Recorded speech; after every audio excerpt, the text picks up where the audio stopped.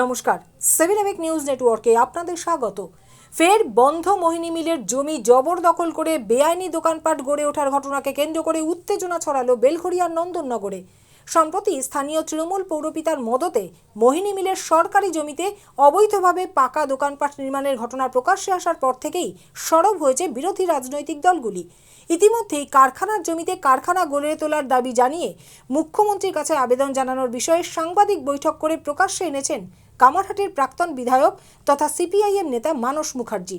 আর তারপরেই প্রাক্তন বিধায়ক মানস মুখার্জির বিরুদ্ধে বেলঘরিয়া নন্দননগরে ব্যবসায়ীদের উচ্ছেদের চক্রান্তের অভিযোগ তুলে এলাকার ব্যবসায়ীদের বিক্ষোভকে কেন্দ্র করে ছড়ালো উত্তেজনা।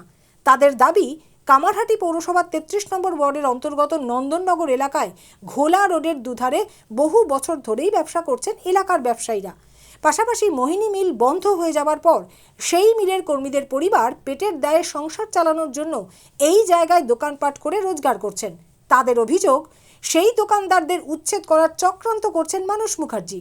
এদিন তারই প্রতিবাদে এলাকার ব্যবসায়ীরা মিছিল করে গিয়ে বেলঘরিয়ায় সিপিআইএমের দলীয় কার্যালয়ের সামনে বিক্ষোভ দেখানোর পাশাপাশি সিপিআইএম কার্যালয়ের ভেতরে এবং বাইরে প্রাক্তন বিধায়কের নামে ধিক্কার পোস্টার টানিয়ে দেন বিক্ষোভকারীরা। এমনকি প্রাক্তন সিপিআইএম বিধায়কের ছবিতে জুতোর মালা পরিয়ে তার কুশপুত্তলিকাও দাহ করা হয়। এই ঘটনাকে কেন্দ্র করে তুমুল উত্তেজনা ছড়িয়ে পড়ে ওই এলাকায়। বাজারের বিরুদ্ধে ষড়যন্ত্রকারী মানস মুখার্জি ধিক্কার।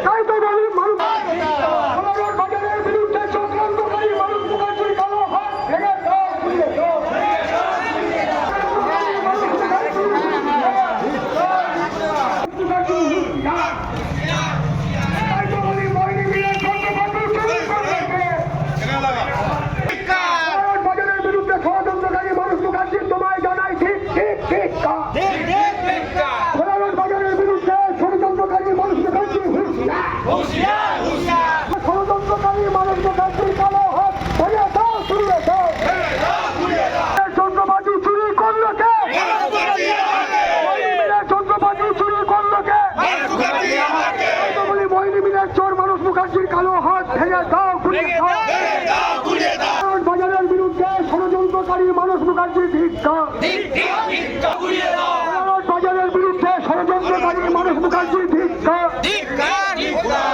শুনুন কামারহাটির প্রাক্তন বিধায়ক মানস মুখার্জির বিরুদ্ধে বিস্ফোরক অভিযোগ তুলে এক বিক্ষোভকারী শঙ্কর রায় কি জানালেন।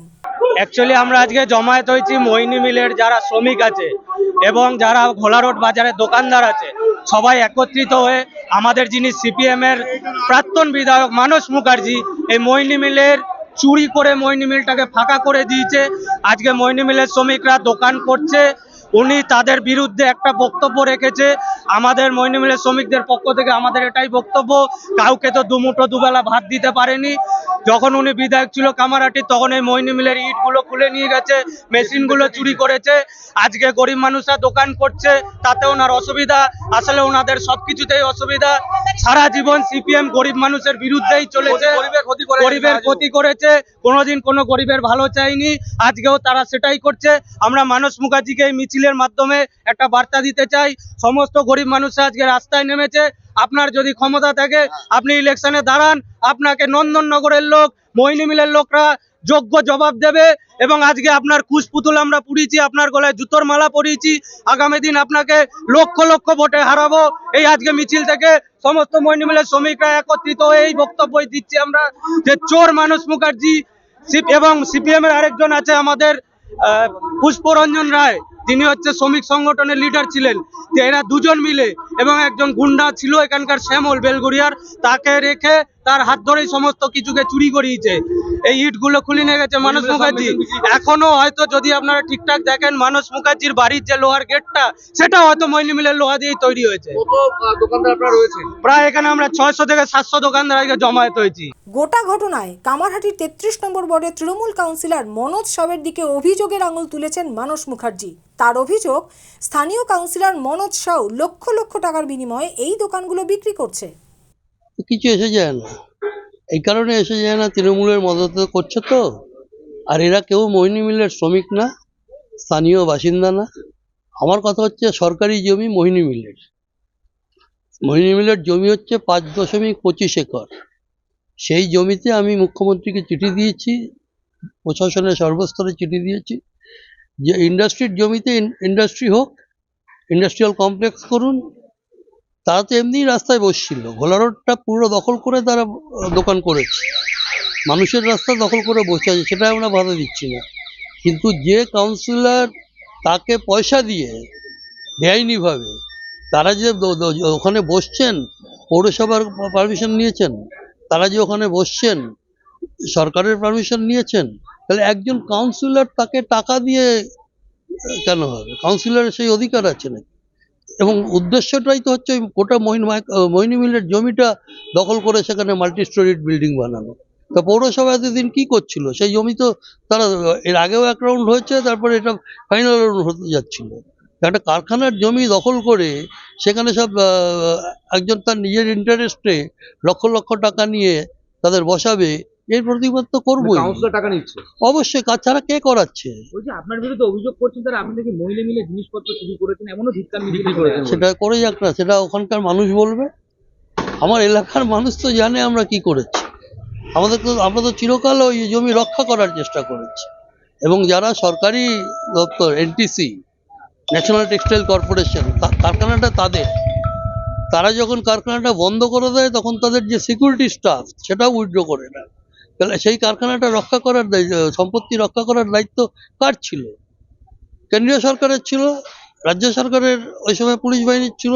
কয়েকজন তো গুলিতে মারা গেছে ওইখানে, করতে গিয়ে, চুরি করতে গিয়ে পুলিশ যখন চেস করেছে তাতে গুলিতেও কয়েকজন মারা গেছে।